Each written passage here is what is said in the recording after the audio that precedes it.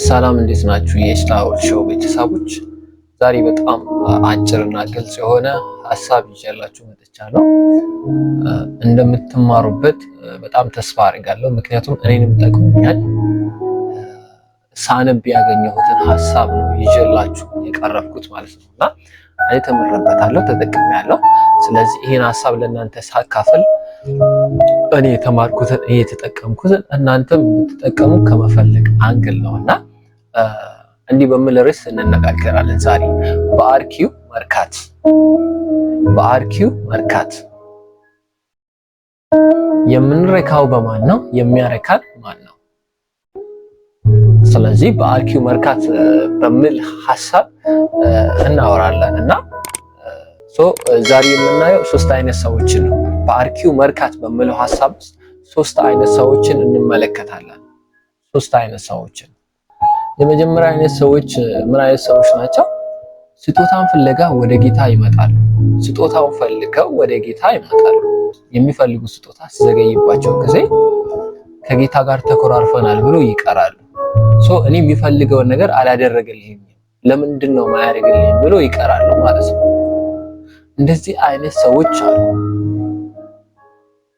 የስጦታውን ባለቤት ሳይሆን ስጦታውን የሚፈልገው የሚመጡ ያ ነገር ቶሎ ሳይደረግላቸው ሲቀር ልባቸው ቶሎ ያዝናል፣ ቶሎ ያኮርፉና ይቀራሉ ማለት ነው። ከመሰዊያው ፊት ይጠፋሉ።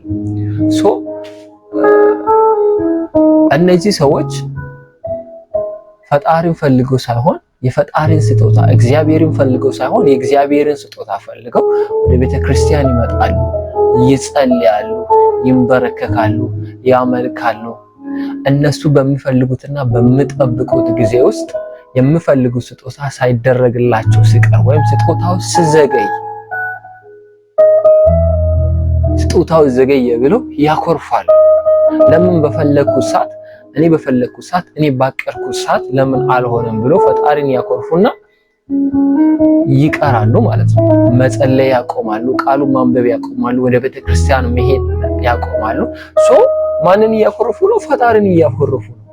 አያችሁ? የመጀመሪያ አይነት ሰዎች እንደዚህ አይነት ሰዎች ብዙ ሰዎች አሉ። ክርስቶስን ሳይሆን የክርስቶስን ስጦታ ፈልገው እግዚአብሔርን ሳይሆን የእግዚአብሔርን ስጦታ ፈልገው ወደ ቤተክርስቲያን የሚመጡ ሰዎች። ስለዚህ እነዚህ ሰዎች የሚፈልጉት ነገር በራሳቸው ጊዜና በራሳቸው ሰዓት ሳይደረግ ሲቀር ያኮርፋሉ። እንደ እግዚአብሔር ፈቃድ በእግዚአብሔር ጊዜና በእግዚአብሔር ሰዓት እንዲደረግላቸው ሳይሆን በራሳቸው ፈቃድና በራሳቸው ጊዜ እንዲሆንላቸው ሲፈልጉ ያ ነገር ደግሞ እግዚአብሔር በራሱ ፈቃድና በራሱ ጊዜ የሚያደርግ አምላክ ስለሆነ የሚፈልጉት ነገር ሲዘገይባቸው ይቀራሉ፣ ፈጣሪን ያኮርፋሉ። ለምን አላረገም? እንዲህ የጸለይኩ እንዲህ ጾም እንዲህ ያመለኩ ለምን አላረገም ብሎ ፈጣሪን አኩርፎ ይቀራሉ። ሁለተኛው አይነት ሰዎች ወደ ጌታ ወይም ወደ እግዚአብሔር ቤት ወይም ወደ እግዚአብሔር ቀርቦ የሚፈልጉትን ነገር ሲያገኙ ሲደረግላቸው የሚፈልጉትን ስጦታ በተቀበሉ ማግስት ከነአንካተው ክራይስትን የሚረሱ ሰዎች አሉ። ስጦታውን በተቀበሉ ማግስት ከጌታ ርቀው ከነአንካተው ጌታን እንደማያውቁ ሰዎች የሚሆኑ ሰዎች አሉ። እግዚአብሔርን እንደማያውቁ የሚሆኑ ሰዎች አሉ። የሚፈልጉትን ነገር ወደ እጃቸው ሲገባ የሚፈልጉት ስጦታ ወደ እጃቸው ሲገባ ከነ ፈጣሪን የሚረሱ ብዙ ሰዎች አሉ። ከዚህ በፊት የሚጸልዩ፣ ከዚህ በፊት የሚያነቡ፣ ከዚህ በፊት የሚተጉ፣ ከዚህ በፊት የሚያገለግሉ፣ ከመሰዊያው የማይጠፉ፣ ከቤተ ክርስቲያን የማይጠፉ፣ ከአምልኮ የማይጠፉ ሰዎች እግዚአብሔር የሚፈልጉትን ነገር በሚፈልጉት ጊዜና ሰዓት እንደ ፈቃዱ በራሱ ጊዜ ቀመር እግዚአብሔር ስጦታውን ሲያስረክብላቸው የሚፈልጉት ነገር እጃቸው ውስጥ በገባ ሰዓት በማግስቱ ከነ እግዚአብሔርን የሚረሱ እግዚአብሔርን እንደማያውቁ ሰው የሚሆኑ ያገኙት የወሰዱት ይህ ስጦታ ከእግዚአብሔር እንደተሰጠ ከእግዚአብሔር እንደተቀበሉ የሚረሱ ብዙ ሰዎች አሉ። አግኝተው እኮ የሚኩራሩት ተቀብለናል የሚሉትን ስጦታ የሰጠው ሰጪውን የሚረሱ ብዙ ሰዎች አሉ። የማያመሰግኑ ከነ ፈጣሪን የሚረሱ ጸሎትን የሚያቆሙ ከመሰዊያው የሚጠፉ የእግዚአብሔርን ቃል ማንበብ፣ መስማት፣ መማር የሚያቆሙ በጣም ብዙ ሰዎች አሉ።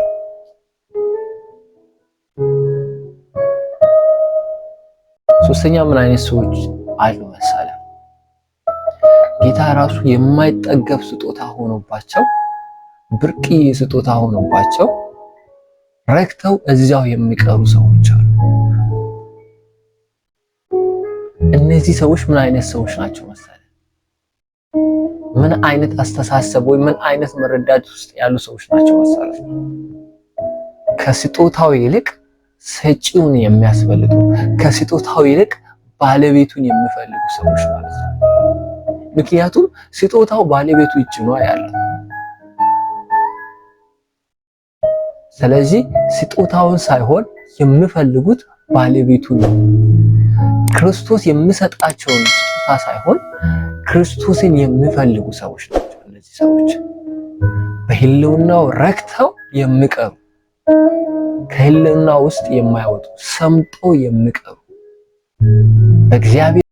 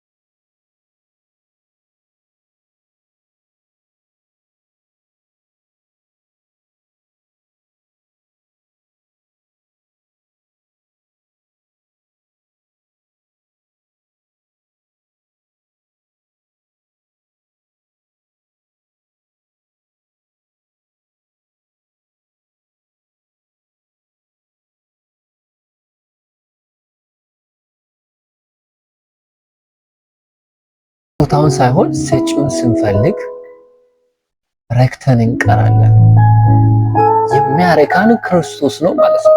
በህልውናው ያረካናል፣ በመንፈሱ ያረካናል፣ በክብሩ ያረካናል፣ በሞገሱ ያረካናል፣ በሁሉ ያረካናል።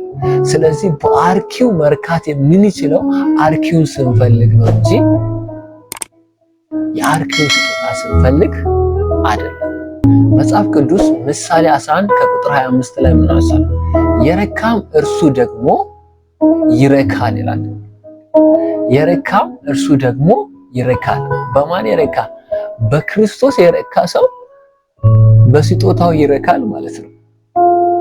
ስለዚህ ስጦታውን ሳይሆን ሰጪውን ፈልገን በእርሱ እንድንረካ ፈጣሪ ይርዳል።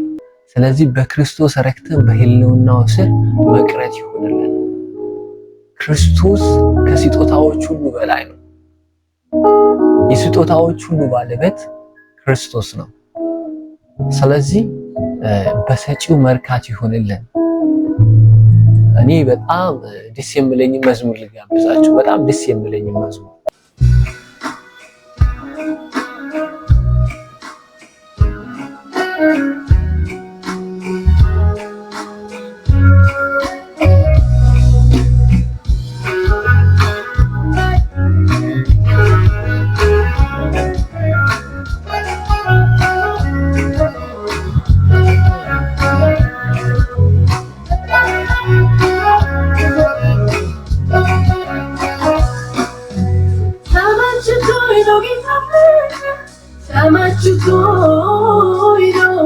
ተመችቶኝ ነው ኢየሱስ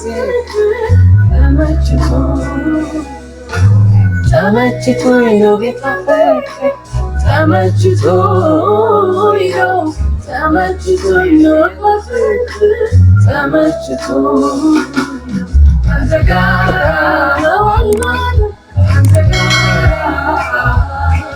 ካንተ ጋር ካንተ ጋር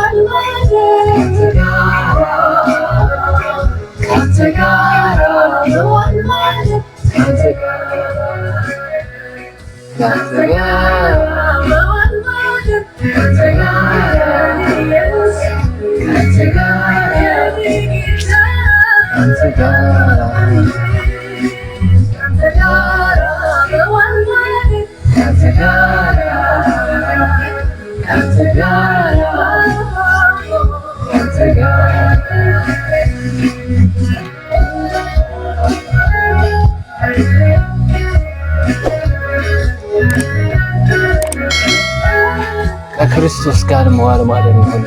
ከክርስቶስ ጋር መዋል ማለት ነው። በእውነት ከክርስቶስ ጋር መዋል ማለት ነው።